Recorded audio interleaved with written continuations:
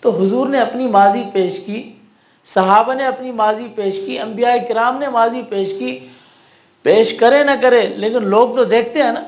اس لیے اللہ فرماتے ہیں کہ جو لوگوں کو اللہ کی طرف بلاتا ہے، نیکی کی طرف دعوت دیتا ہے اور دین کی طرف بلاتا ہے، پہلے اس کے اپنے کپڑوں پہ داغ نہیں ہونا چاہیے، وہ سفید ہونا چاہیے، اور اس کی زندگی اچھے اعمال میں گزرے تو اس کی برکت سے دوسرے بھی اس کے اندر آئیں گے۔ اور پھر دین کی دعوت اور حضور صلی اللہ علیہ وسلم کی محنت اور اس دین کا جو اصل بنیاد اور خلاصہ وہ کیا چیز ہے؟ وہ صرف ایک چیز ہے، وہ یہ ہے ساری دنیا کے اسباب سے نکل کر ایک ذات پر اپنا یقین پیدا کرنا۔ تو یہی چیز ہے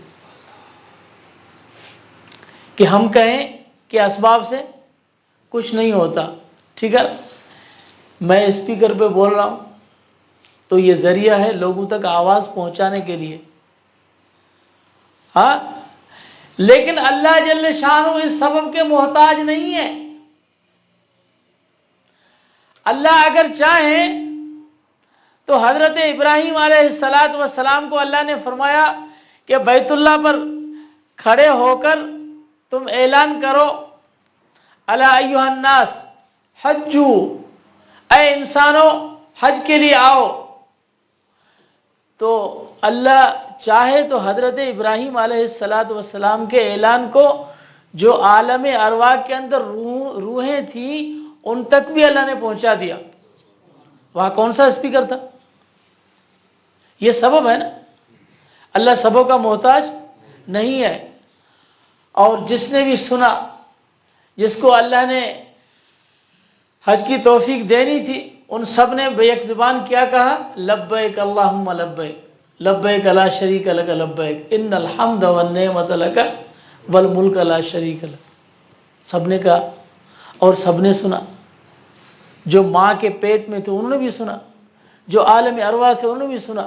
اللہ سبب کا محتاج نہیں۔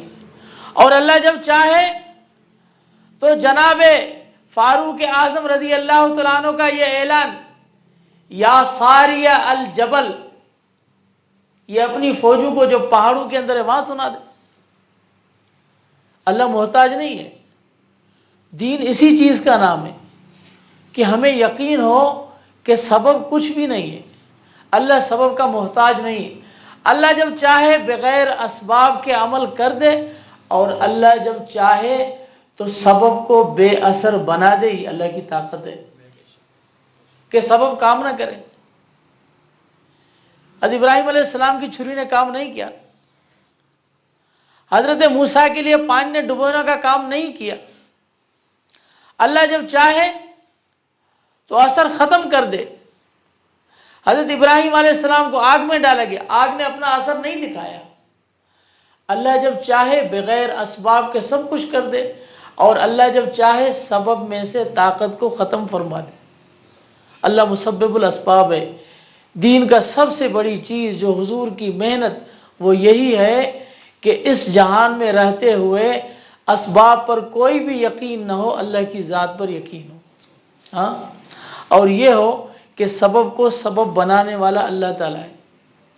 ہم کہتے ہیں کہ ہم کھانا کھاتے ہیں اور کھانا ہضم ہو جاتا ہے، پھر بھوک لگتی ہے، پھر کھانا کھاتے ہیں۔ اگر اللہ چاہے اور اس دانتوں کی حرکت بند کر دیں، اب کھانا کھا سکتے ہیں؟ اور دانتوں کی حرکت کے بعد اگر منہ کے اندر یہ لعاب پیدا نہ ہو تو کھانا جا سکتا ہے نیچے؟ نہیں جا سکتا۔ اور اگر گلے سے نیچے آ کر پیٹ میں رک جائے، نظام ہضم اور معدے کی رطوبت ختم ہو جائے تو کچھ نہیں ہو سکتا۔ ایک ایک سیکنڈ میں، ایک ایک ذرے ذرے میں انسان دنیا کی تمام چیزیں اپنی حرکت میں کس کی محتاج ہیں؟ اللہ کی محتاج ہیں۔ ہر چیز، کوئی بھی چیز اللہ کے حکم کے بغیر ایک ذرے برابر حرکت بھی نہیں کر سکتی، سب اللہ کے محتاج ہیں۔ اسی لیے تو اللہ نے فرمایا کہ وَأَن تَعُدُّوا نِعْمَتَ اللَّهِ لَا تُحْصُوهَا، کہ تم نے کبھی غور نہیں کیا اپنے وجود پر کہ میں نے تیرے اوپر کتنی نعمتیں کی ہیں، غور نہیں کیا۔ اگر غور کرے تو اللہ تو فرماتے ہیں کہ تم نعمتوں پر غور کرو، شمار نہیں کر سکتے۔ یہ تو ہے زندگی کی نعمتیں، اگر ایک سیکنڈ کے اندر انسان شمار کرے کہ اللہ کی جتنی نعمتیں ہیں ان کو بھی شمار نہیں کر سکتا۔ ایک سیکنڈ میں کتنی نعمتیں ہو رہی ہیں ان کو انسان شمار نہیں کر سکتا۔ وہ یہ کہ انسان کو توجہ نہیں ہے۔ تو اللہ فرماتے ان الانسان لربہ لکنود۔ یہ عجیب بات ہے کہ اگر کوئی آدمی جنگل میں چلا جائے اور وہاں پر جائے اور دیکھے کہ جنگل میں ایک بہت بڑا دسترخوان لگا ہوا ہے اور وہاں پر فروٹ پھل ہر چیز پڑی ہوئی ہے، کھانے بھی لگے ہوئے ہیں، اور کھانا کھا لیا اور کھا کے ہاتھ دھو کے چلے گئے، یہ کنوز ہے کہ اس نے کھانا تو کھایا، نعمتیں کھائی، لیکن یہ نہیں سوچا کہ ہمیں کھلایا کس نے۔ یہ کنود ہے۔ اللہ فرماتے ہیں یہ انسان کنود ہے کہ نعمت پہ نظر ہے، منعم پہ نظر نہیں ہے۔ نعمتیں کھاتا ہے لیکن نعمت کرنے والے پہ نظر نہیں ہے کہ کس نے میرے اوپر یہ نعمتیں کی ہیں۔ وہ تو اللہ کی ذات ہے کہ ہمیں کھانا کون کھلا رہا ہے؟ اللہ کھلا رہا ہے۔ میٹھے پانی کے چشمے کون پلا رہا ہے؟ اللہ پلا رہا ہے۔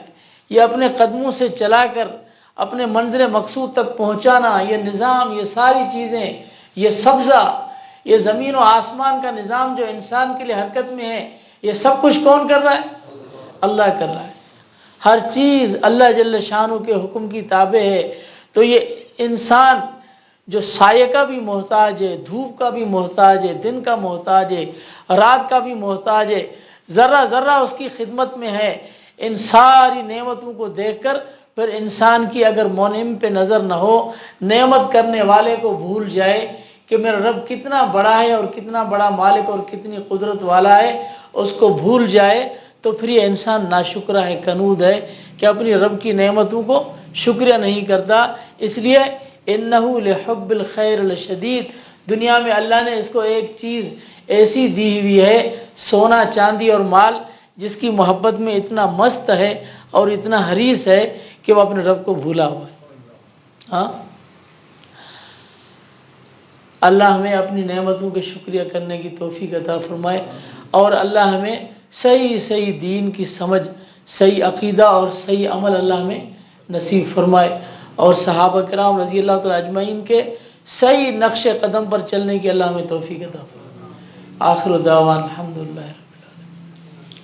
اللہم صلی وسلم وبارک علی سیدنا و مولانا محمد وعلی آلہ وصحبہ۔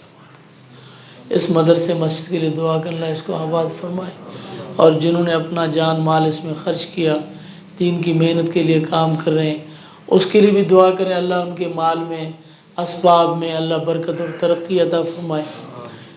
اللہم صلی وسلم وبارک علی سیدنا مولانا محمد اللہم بارک فی رزقہ وعمالہ وفی ما تحب وترضى اللہم اشف مرضانا واقض حاجاتنا واقض ديوننا واكفنا في جميع مهماتنا واختم بالصالحات اعمالنا بجاہ النبی الکریم وصلی اللہ تعالی علی خیر سیدنا مولانا محمد وعلی آلہ واصحابہ اجمعین برحمتک یا ارحم الراحمین۔